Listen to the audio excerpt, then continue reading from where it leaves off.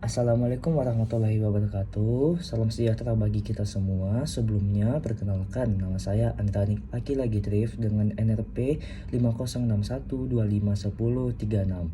Saya berasal dari Prodi Teknik Pertambangan. Pada video kali ini, saya akan menjelaskan dari salah satu buku yang berjudul Physical Geology Earth Relief, karya dari Kelson, Plummer, and McGarry.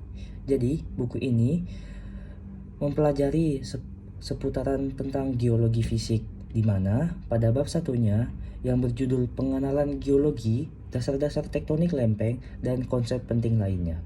Jadi, pada bab 1, seperti yang diketahui, geologi adalah ilmu yang mempelajari bumi secara menyeluruh, mulai dari asal-usulnya, bahan penyusunnya, proses yang terjadi di dalamnya, dan di permukaannya, hingga perubahan yang terus berlangsung dari waktu ke waktu.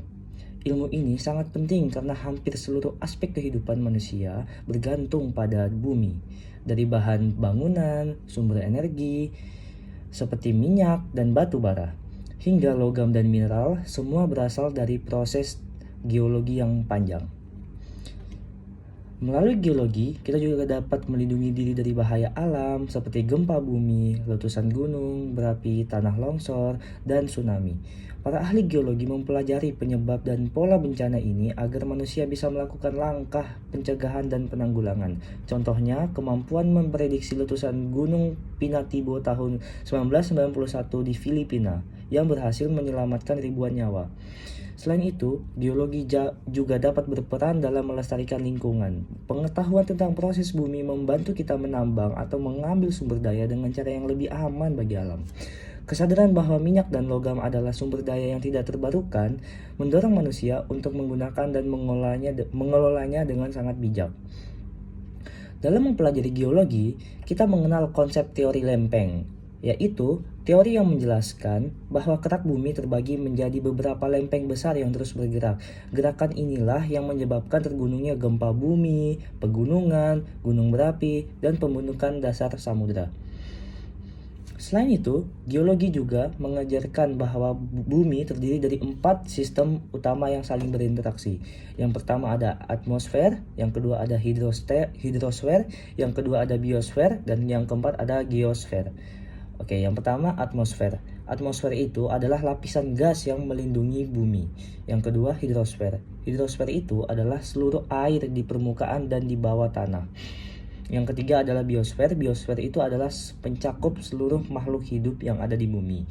Yang keempat itu geosfer. Geosfer itu adalah batuan dan tanah padat penyusun bumi.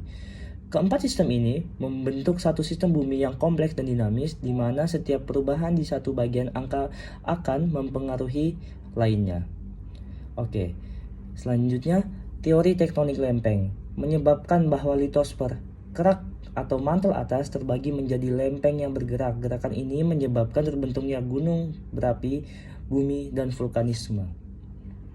Jadi, pada kesimpulan bab ini, yang kita ketahui, geologi bukan sekedar ilmu tentang batu, tanah, tetapi bagaimana bumi bekerja sebagai sistem hidup. Dengan memahami geologi, manusia dapat mengelola sumber daya dengan bijak, menghindari bahaya alam, dan menjaga lingkungan yang hidup demi keberlangsungan hidup bumi ini. Baik, itu adalah penjelasan pada bab 1 dari buku yang saya jelaskan.